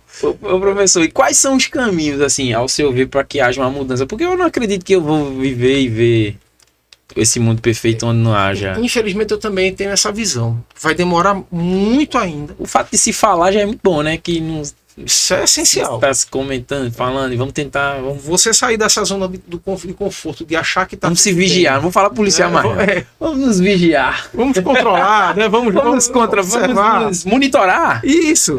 Você ter essa consciência de que precisa mudar hábitos, ou não, eu não diria nem mudar, que acho que já é algo muito imediatista, mas você ter o cuidado de parar para se observar. Olha aí. Se observar, Você se observar. As minhas atitudes são atitudes que podem machucar de alguma forma, podem trazer situações desconfortáveis para um determinado grupo, a sociedade. Acho que a primeira pergunta que você deve se fazer: se eu estivesse no lugar da pessoa. Porque uma coisa que eu, como eu disse, né, quando eu comecei a pesquisa, que eu escutava muito, o que é que um homem branco está fazendo pesquisando literatura de escritoras negras. O que é que ele quer descobrir? Né? E eu dizia muito isso para algumas pessoas, mas eu queria entender, eu dizia, eu só quero aprender. Eu só quero aprender. Eu não vou dar uma palavra, eu não vou discordar de nada. Eu só vou anotar e ouvir. Eu quero aprender. Eu quero aprender a respeitar mais a mulher, de modo geral, seja ela uma mulher negra ou não. Eu quero aprender a ter um conceito mais amplo dessa questão, dessa equiparação de gênero, de conceito de respeito, de entender o que de fato é racismo, onde é que está o racismo, que às vezes a gente não enxerga, ou que a gente não sofre. Né? E aí eu digo, como homem branco, eu nunca vou sentir, nunca vou conseguir sentir na pele o que uma pessoa negra passa. De um olhar, de uma fala, nunca, não adianta. Não existe. É mito total e absoluto, pelo amor de Deus. Não existe racismo reverso. Acabem com isso. Não existe. Não tem como. E tem explicação antropológica para isso. Não tem como. Né? Então, assim, por todo um contexto histórico de escravização e tal, vá procurar na história. Você não vai achar nada nem parecido com o que foi feito com várias etnias africanas. Né? Não tem. Não tem. E aí, você começar a enxergar a dor do outro, você não vai sentir. Por isso que uma vez eu estava apresentando um artigo no Congresso, e uma das pessoas da mesa, uma professora da Universidade Federal, uma mulher extremamente pós-doutora, mulher incrível. Terminei o congresso virando amigo dela e a gente está super bem, se fala até hoje. Mas ela de primeira, para ela me aceitar ali, foi difícil. Ela olhou para mim, ela me botou na prova de fogo, né? Ela disse, quando eu terminei de apresentar meu artigo, ela disse, você fala com uma propriedade como se você tivesse um lugar de fala nesse contexto. Aí eu disse, professora, nunca disse isso. Eu não quero lugar de fala, não, até porque eu não mereço lugar de fala. Eu nunca vou ter um lugar de fala dentro desse campo. Primeiro porque eu não sou mulher negra, não sinto, nunca vou sentir na pele um terço, um milímetro do preconceito que a comunidade negra sofre. Mas eu estou aqui exatamente para me permitir aprender o que eu posso falar, fazer, me comportar dentro de uma sociedade onde você tem uma maioria negra, de modo que eu não ofenda e sim respeite. Eu só quero aprender a respeitar. Só isso. Eu não estou aqui querendo tomar o lugar de fala de seu ninguém. Mas é aquela história. Eu posso não ter a dimensão do que sente uma pessoa que sofre racismo. Mas eu posso me juntar à causa para reprimir o racismo. Eu não vou conseguir levantar a bandeira com a mesma força de alguém que passa pelo processo. Mas eu posso ajudar a levantar a bandeira para dizer que a gente vai combater. Porque eu não quero ver a outra pessoa sofrendo. Acho que se a gente parte desse princípio, já é mais de um caminho e meio andado, não é nem meio caminho. Porque você está tomando consciência de que tem alguém que está sofrendo por causa daquilo. Que está tendo a liberdade, por exemplo, de ter acesso a coisas básicas que qualquer cidadão tem pela Constituição direito a ter e não tem por causa da cor da pele, do lugar onde mora, da família de onde vem, sabe, da condição social, socioeconômica, que poderia ser outra se as oportunidades fossem dadas de forma igualitária à sociedade. Não é discurso marxista, eu estou falando de algo que é natural, que deveria ser natural. Se você vai alcançar ou não, é outra história. É um direito que você tem de escolher. Mas você ser impedido de chegar, aí é um pouquinho mais complicado. Professor, eu só até agora queria... Eu acho que eu voei na hora, eu não entendi ainda por que o dia 20 exatamente de novembro foi escolhido. É a data da morte, de captura e morte de Zumbi. Ah, foi isso. Sim. Como ele é uma figura emblemática desse processo, ficou fixo esse dia 20. Eles estabeleceram essa data como uma data padrão, né? Sim, A data-chave. Entendi agora. O senhor falou mesmo no começo, eu que tinha... Ainda nesse contexto do que se deve fazer, né? O que é que a gente pode... de caminho, né? Aí eu falei daquela questão do letramento, né? Que é importante que exista isso, inclusive no começo, na base, na formação nas escolas. Você falar sobre racismo nos primeiros anos da escola, você começa a prevenir uma série de outras coisas. Por exemplo, o bullying, que é algo muito gritante hoje e adoece. As crianças estão adoecendo mentalmente, né, emocionalmente. Você acaba construindo pontes ao invés de muros. Dá um exemplo. Pesquisa sobre literatura negra. E eu tenho um artigo que eu publiquei que fala exatamente sobre a inserção da literatura infanto-juvenil de autoria ou de protagonismo negro nas escolas, nos anos iniciais. Aquela fase que a criança está aprendendo a ler. Se você pegar a maioria dos paradidáticos das historinhas de princesa, por exemplo, e de príncipe, qual é o estereótipo da princesa e do príncipe da historinha? Tem uns branquinhos lá. Bora pra Disney. Loiro dos olhos azuis. Vamos pra Disney. A gente só tem uma princesa da Disney que é negra. A pessoa não, mas tem a Moana. A Moana não tem nada a ver com o estereótipo negro. Ela é havaiana. Qual é? Mulan, não? Não, é a... Eita. Mas Mulan é uma... Ela é oriental. É oriental. É oriental, é Mulan. Fugiu Eu sei da qual é princesa também, agora. eu sei. A história é A Princesa e o Sapo, né? Que se passa, acho que na Rússia, ela quer ser chefe de cozinha, tem toda uma história. Não é Anastácia, não. Meu Deus, não, Anastácia não. Ela tem um outro nome, eu tô querendo lembrar aqui agora, não tá vindo. Que é do contexto russo, eu lembro que é até baseado na história de uma das filhas da família dos Kizari lá, que foram mortas, e parece que existe um mito que essa não morreu, aí a Disney construiu essa história dela. Isso. Que é exatamente a a família Romanov, que É, é Romanov, da questão da Revolução Russa. Isso, com os bolcheviques, né? Isso. Eles vão lá e conseguem. Aí fuzilam eles, parece que ela dizem que ela fugiu, mas criaram uma história. Inclusive, o vilão da história dessa princesa, o cara existiu de verdade. E era o conselheiro do czar. E da mulher do czar. Como era o nome dele? Rasputin. Rasputin. Ele existiu, esse cara Existiu, ele era. tinha uma relação com um monte de mulher, né? Ele tinha mesmo uma lábia. E a morte dele é bem engraçada, né? Que ele tenta matar mesmo, ele consegue, leva tiro, vai no rio, joga e ele.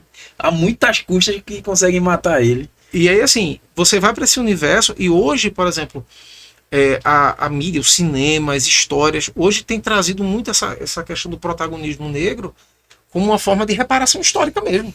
E tentar dar mais essa visibilidade. Ok.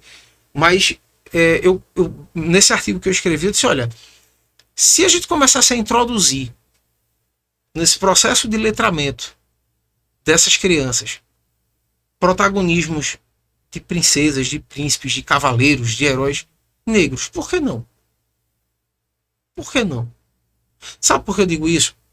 Porque você tem uma aluna na sala que ela está no processo de formação de molde, de caráter, de autovalorização, de autoestima.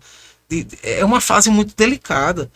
Aí você pega todos os livros ilustrados de criança, a princesa é loira, dos olhos claros, da pele branca e não sei o que, ela é adorada por todo mundo, menos pela madrasta, geralmente, pela bruxa e tal, e aquela coisa toda.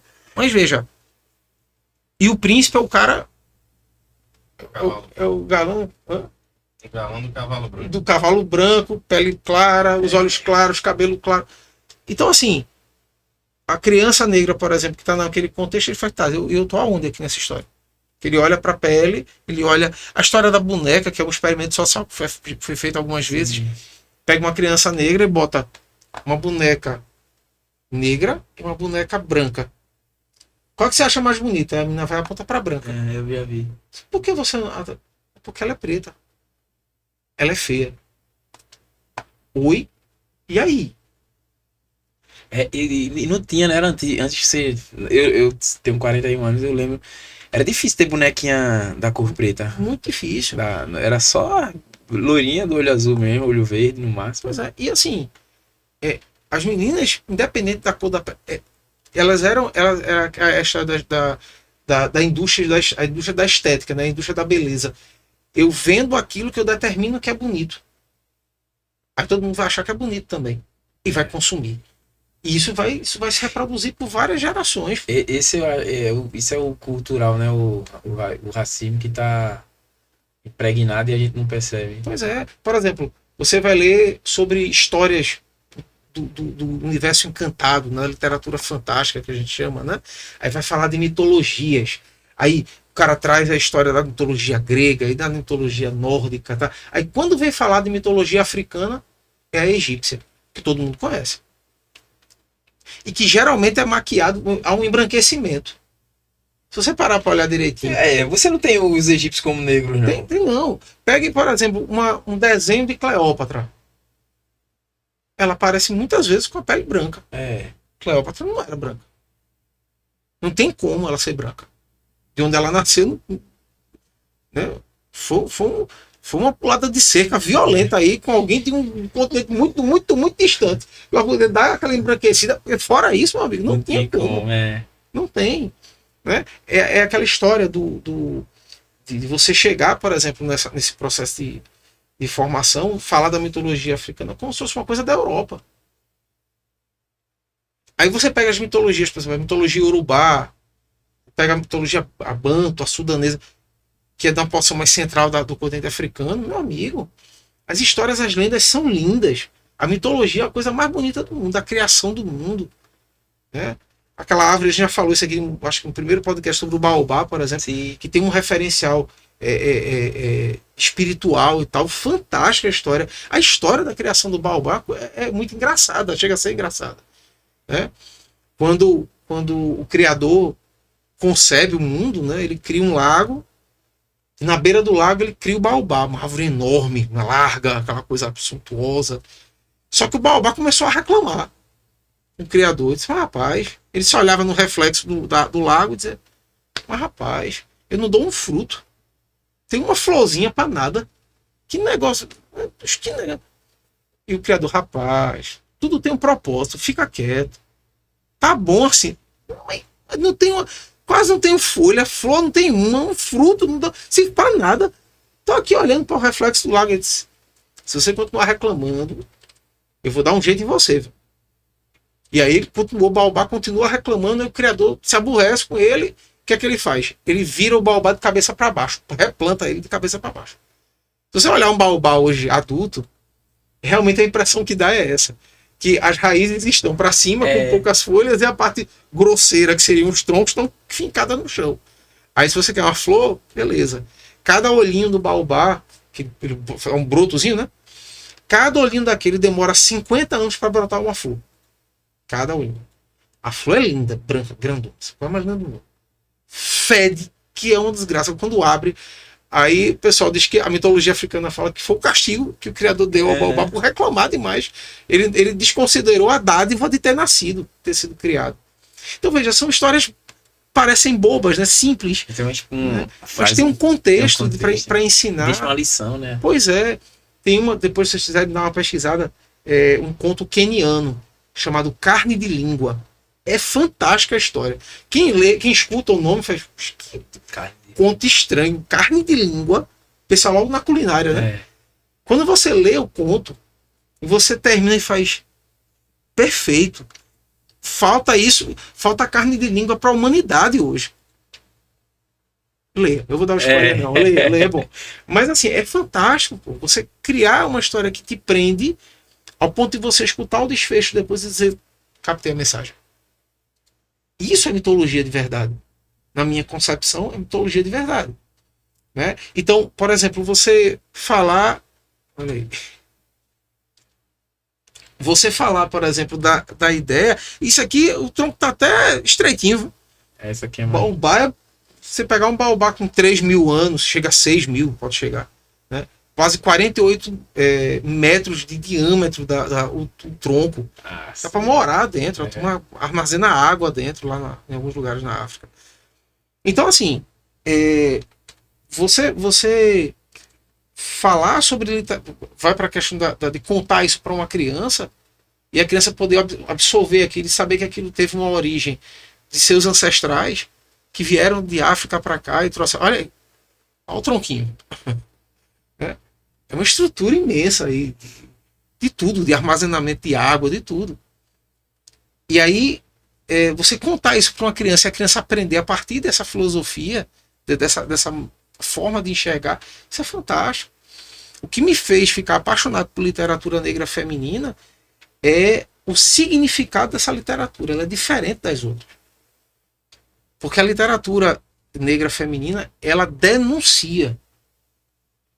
Ela fala de ancestralidade, ela fala de resistência, mas ela denuncia aquilo que tentam invisibilizar. Por exemplo, eu fiz uma lista aqui de escritoras. Até de escritor, você pegar, por exemplo, Machado de Assis. Se você puxar qualquer foto da internet agora do Machado de Assis, as pinturas dele, ele é branco, ele aparece branco. Ele era negro. Ele é negro. Mas a galera pintava assim, não, o cara foi o primeiro criador e o primeiro presidente da Academia Brasileira de Letras. Negro? Não pode. Né? Vamos dar uma branqueada aqui. As obras do cara são espetaculares. E aí o cara é negro? Não pode. E aí ao longo da história, nos livros, o cara vinha a imagem dele clareada, pô. Entende? E aí depois a gente vai descobrir, não, ele não era... Não tá errado isso aí. Né?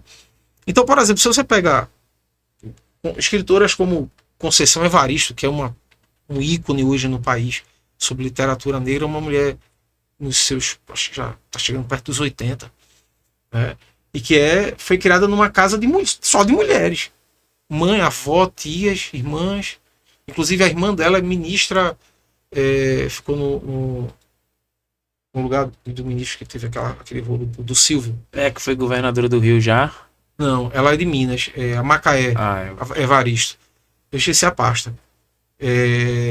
E ela foi criada numa casa só de mulheres, que lavavam roupa para ganhar dinheiro, que faziam faxina, que ela foi a primeira acadêmica. fazer um curso de letras, escrevia poesia, tal. Hoje ela é doutora em literatura comparada pela Universidade Federal do Rio de Janeiro. Ela viaja ao mundo com quem pega um BRT, aqui vai para Conta da Boa Vista, porque ela é convidada. Bateu na trave 2 vezes para entrar na ABL, na Academia Brasileira de Letras. Né? Mas ela é da Academia Mineira, tem prêmios, e mais prêmios, das obras dela. Por exemplo, quer conhecer sobre literatura negra de autoria feminina? Eu recomendo, foi o primeiro livro por onde eu comecei, e recomendo um livro chamado Olhos d'Água, é o livro dela. São 15 contos, um livro fininho. Você toma gosto, você lê em 2 dias. E assim, é uma tapa na cara da sociedade. Tem contos, veja, eu li a primeira vez esse livro em 2016. O meu orientador na época fez, leia e depois você me diga o que é que você achou. Que aí você vai decidir se vai continuar com a pesquisa ou não. Eu entrei no carro no estacionamento da Rural. Comprei o livro, rasguei ele do plástico. Esse primeiro livro, eles têm uma ordem de contos, eles leia Maria. Primeiro conto. Tem na internet esse conto, tá disponível. Leia Maria. Aí eu, tá. Meu amigo, eu dentro do carro, quem me visse de fora do carro, disse que ele está passando mal. Eu chorava feito menino lendo o conto. E olha, porque eu não sou tão me emocionar tanto com na época, né? Com literatura. Eu era mais frio para. E eu desarmei. Por quê? A técnica dela é, ela pega você e joga você na cena. E você é como se você estivesse no cenário, mas você não pode fazer nada, você só observa. E o conto Maria, ele é feito sob medida por ela para te colocar nessa situação. Dentro de um ônibus, onde uma empregada doméstica, por ser negra, por ser pobre, ela é linchada até a morte dentro do ônibus, porque um ex-companheiro dela assalta o ônibus que ela estava, leva os pertences do pessoal, mas não leva nada dela, por respeito a ela e ao filho que eles tiveram. Mas não foi porque foi combinado. E aí ela fica no ônibus, assustada, e um membro do ônibus, um rapaz que lembrava o filho dela, negro, se você é cúmplice. E aí começa a esculhambar dela tudo que você imaginar, e começa a fazer um levante no ônibus. Quem ainda tenta salvar é o motorista, ela sempre pega esse ônibus todo dia, nessa linha da casa dos patrões. E o enredo da história é algo que você vai imaginando, assim, quando você é pai, danou-se mesmo, porque você, né, ela, depois da ceia de Natal, vê, ela sai da casa dos patrões, trabalhou a noite inteira, um osso de pernil na sacola, no outro algumas frutas, inclusive melão, que os meninos nunca tinham comido melão. E aí uma parte do conto ela questiona, será que os meninos vão gostar de melão? E ela faz, eu tô levando um trocadinho que é para comprar o remédio, o xarope do meu mais velho que tá com tosse. E vai dar para comprar uma lata de Toddy. Faz tempo que eles não tomam. Os meninos estão em casa, sozinhos.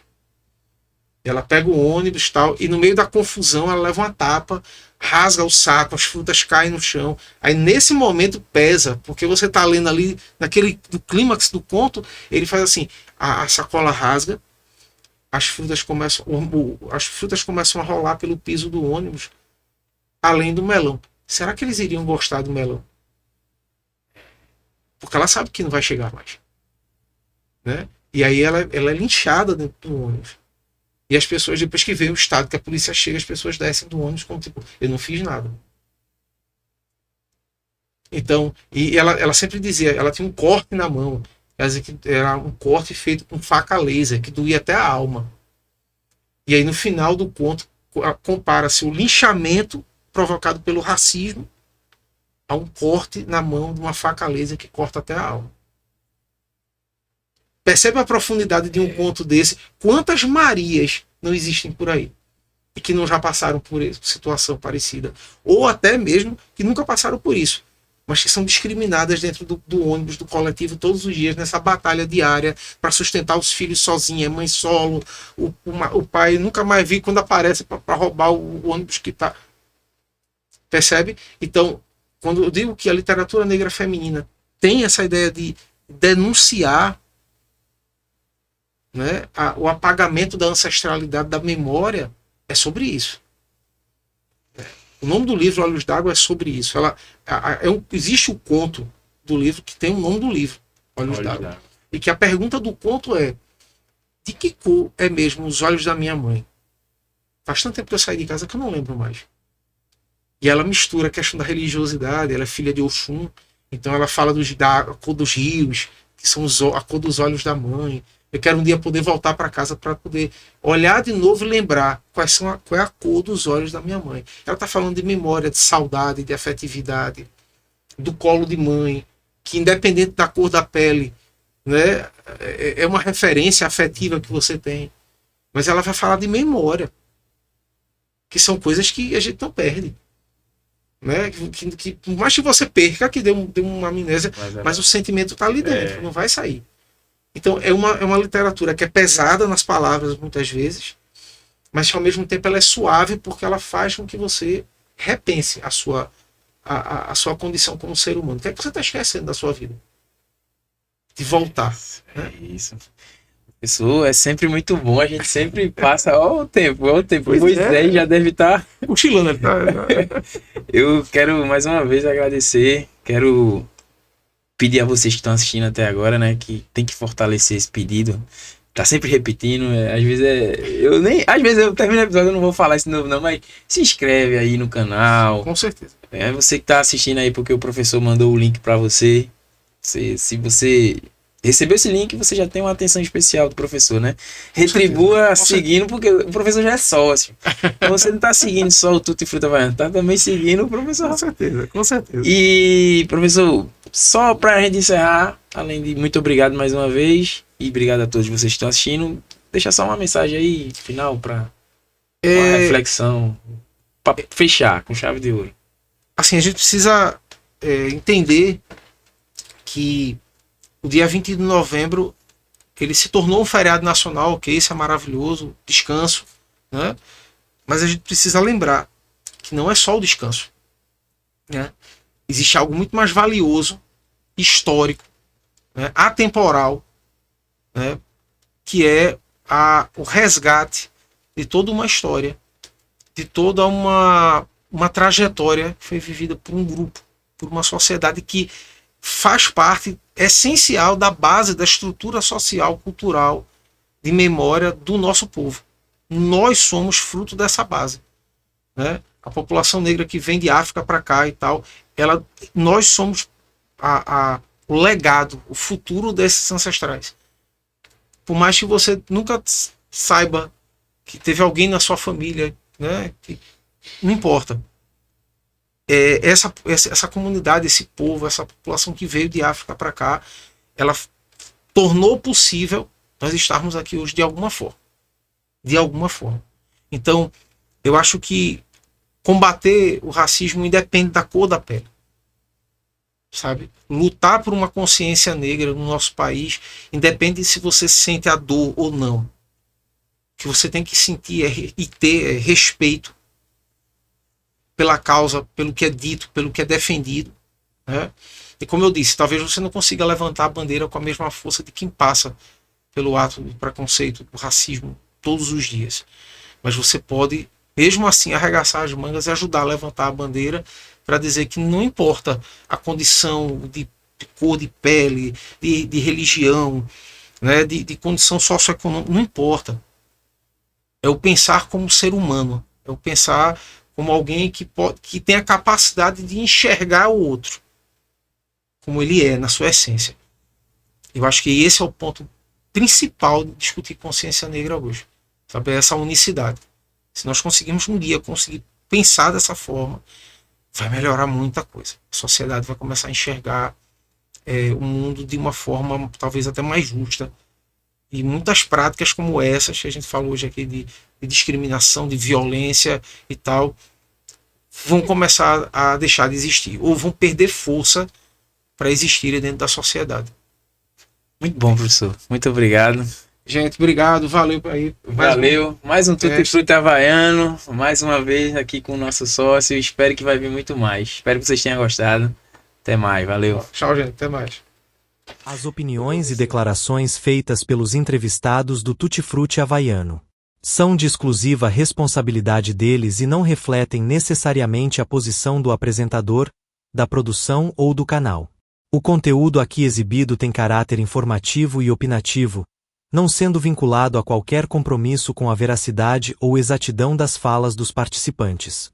Caso você se sinta ofendido ou tenha qualquer questionamento sobre as declarações feitas neste vídeo, por favor, entre em contato conosco para esclarecimentos. Estamos abertos a avaliar, e se necessário, editar o conteúdo para garantir a precisão e o respeito a todos.